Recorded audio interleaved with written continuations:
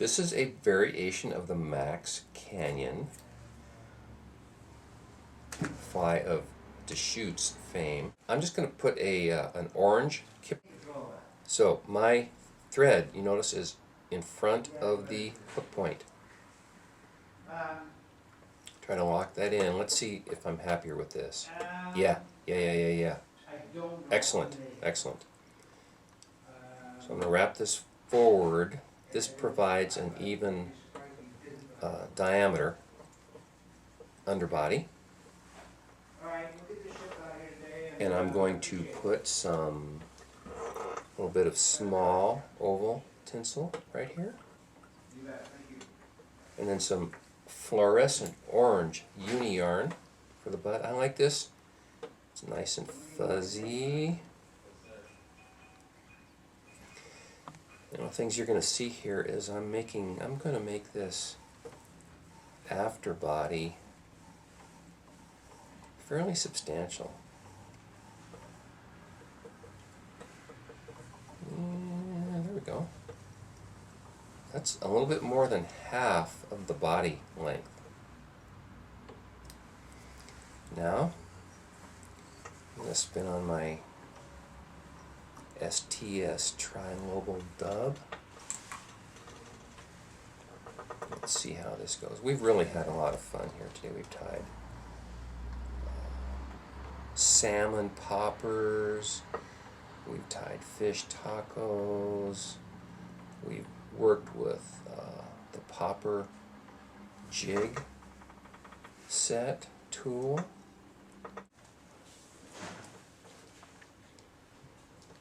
So again, now I'm making this a little bit on the chunky side. A lot of these steelhead flies I'll tie are real, they have fairly sparse bodies. This has got kind of a chunky forebody. And there's a reason for that, because this is for the times when the fish really want a chunky forebody. Kind of looks like an October caddis now. Maybe you should just leave it. You know, pretty sweet. Pretty sweet. And they could be thinking October caddis when they're taking this.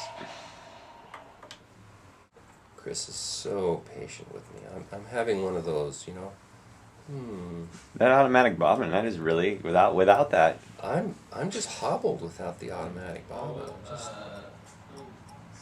So, here we go. I'm going to use a, look at how beautiful that hackle is. It's a whiting hen cape feather. They're absolutely gorgeous. You tie trout flies with these, tie little steelhead salmon flies with these, Atlantic salmon flies. Oh my gosh. You know, if you know me, or if you don't know me, if you've been stuck watching enough of these videos, you know I'm a stickler for tying hackles in by the tips whenever possible, and for folding my hackles to help them lay nicely. Now let's see if this hackle pulls out. It hasn't so far. Then you scroll down. There's one turn, two turns. You see, that's a pretty small hackle. Could you make it a little bit bigger? Sure you could. Yeah. And you can go, there's 2 pages, yeah. Tie those loose ends back.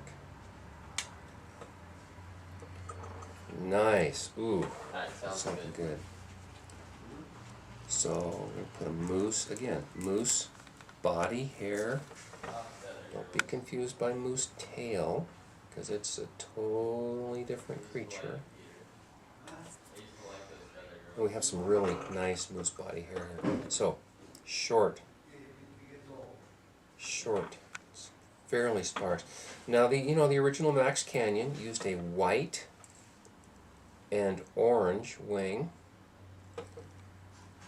I don't like this much. And by the way, I'm trying to grasp just enough of that. Can you see how the butts flare up like that? I'm going to make sure they're locked in nicely. And I use my finger to spread those so they're kind of, instead of just being all in a bunch, there's a little bit of flare there. And that actually creates a little bit of turbulence in the water. It's in the scientific community it's referred to as microturbulence. Chris doesn't believe me. Yeah, Thinks I'm you're reaching out there. He thinks I'm making this stuff up. Well, how do you know it isn't true, man? Well, isn't it possible that microturbulence does exist? I've heard of micro drag. Ooh. Okay, so I got my crystal flash, orange. A couple turns of thread, fold it back. I'm going to finish this head.